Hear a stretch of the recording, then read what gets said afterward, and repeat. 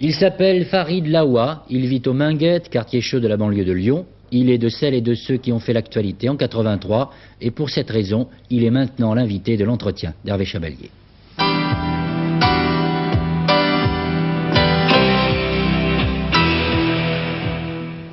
Les immigrés ont été à plusieurs reprises et toujours de façon passionnelle à la une de l'actualité en 83. Les grèves dans l'automobile, ils les animaient.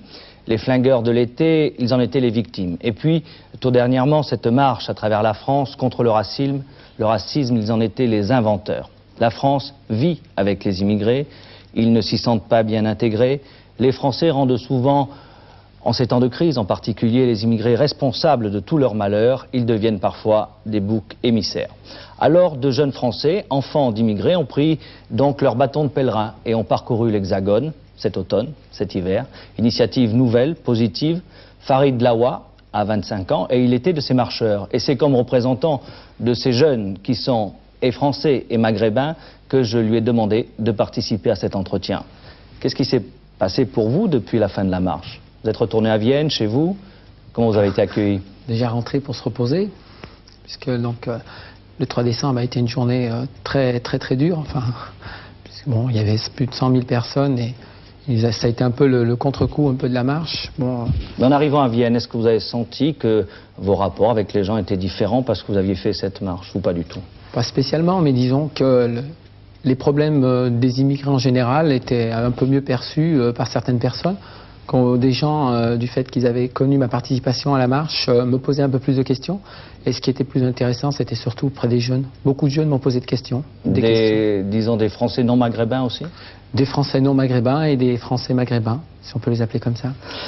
Est-ce qu'il y a quand même des acquis pendant cette marche? La fameuse carte de séjour unique pour 10 ans.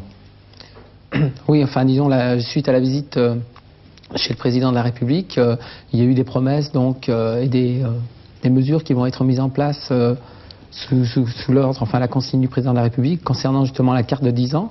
Mais reste à savoir la carte de 10 ans sous quelle forme elle va être mise en application et on attend les textes pour pouvoir se prononcer. Bon, c'est un succès, la visite chez le président de la République a une valeur de symbole. Mais vous vous sentez quand même plus fort après cette marche qu'avant, ou pas? Disons, on se sent un peu...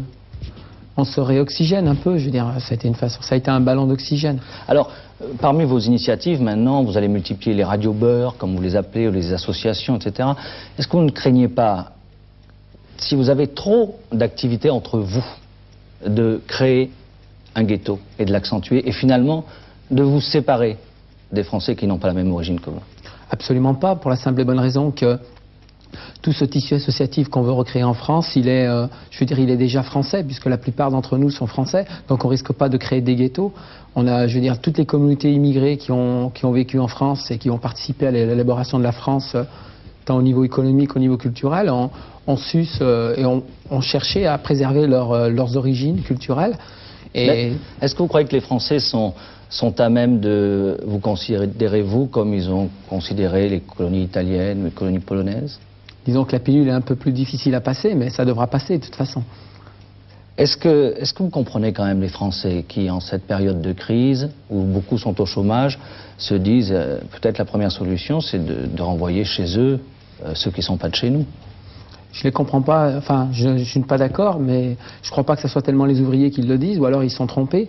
Je veux dire, le fait de renvoyer 2 millions d'immigrés chez eux et de faire croire que ça rapportera 2 millions d'emplois, c'est une idée complètement fausse, archi fausse. Et ça, on peut le démontrer très simplement avec des statistiques et en voyant simplement au niveau, par exemple, des usines automobiles, le fait de renvoyer des travailleurs immigrés qui travaillent sur les chaînes ne fera pas donner du travail aux Français.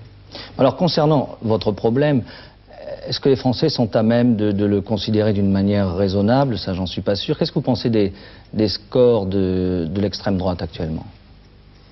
Ben, je dis que c'est un pas, je veux dire, la société française est en train de glisser dangereusement vers ce qu'on a pu trouver dans les années 30 concernant la communauté juive en Allemagne. Bon, les scores de M. Le Pen, etc., je veux dire, sont tolérés et moi je dis que c'est grave. C'est grave dans un pays où sont nés les droits de l'homme, c'est très grave. Il faudrait que les gens se prononcent un peu plus. Et vous pensez que la France peut devenir, par exemple, comme les États-Unis, une société multinationale, multiraciale, pardon? La France, bien sûr, elle a un rôle privilégié puisque la France est un pays carrefour, est un pays où l'immigration a de tout temps eu le maximum de... Enfin, par rapport au reste des pays d'Europe, un maximum de liberté et de... Bon, parce que ça, c'est vrai, ce que vous dites. C'est que par rapport à ce qui se passe en Allemagne ou même dans les pays nordiques, dire la situation des immigrés ou des enfants d'immigrés en France, bon, elle n'est pas satisfaisante, mais elle est quand même bien meilleure que ce qui se passe dans les autres pays. Enfin, je ne connais pas assez bien la situation des immigrés en Allemagne. Je sais qu'elle est très difficile, comme en Suisse ou comme dans d'autres pays, comme la Belgique aussi, où il commence à y avoir de sacrés problèmes. Mais je crois qu'en France, la réalité française est une chose, que les immigrés qui vivent en France et leurs enfants ont une place, ont un droit, je veux dire, à vivre dans ce pays. Et c'est tout ce que... Est-ce que vous croyez pas que vos petits-enfants n'auront plus le genre de problème que vous avez? Ben, on se bat pour ça. Quel est l'homme de l'année pour vous? Ben, l'homme de l'année pour moi, il n'y en a pas spécialement. Je veux dire, bon, il y aura peut-être, enfin si je peux les citer comme homme de l'année, simplement tous ces jeunes qui se sont fait assassiner. Pour moi, ils sont devenus des symboles d'une, je veux dire, d'une revendication de nos droits politiques et de nos droits juridiques. Et pour ce qui est peut-être, si on peut parler aussi d'événements de l'année, pour moi, ça reste incontestablement la marche et le fait d'avoir vu derrière moi plus de 150 000 personnes manifester contre le racisme. Contre le racisme, mais dans la dignité, et il n'y a eu aucun problème, je veux dire. Merci. Voilà, merci. Eh bien,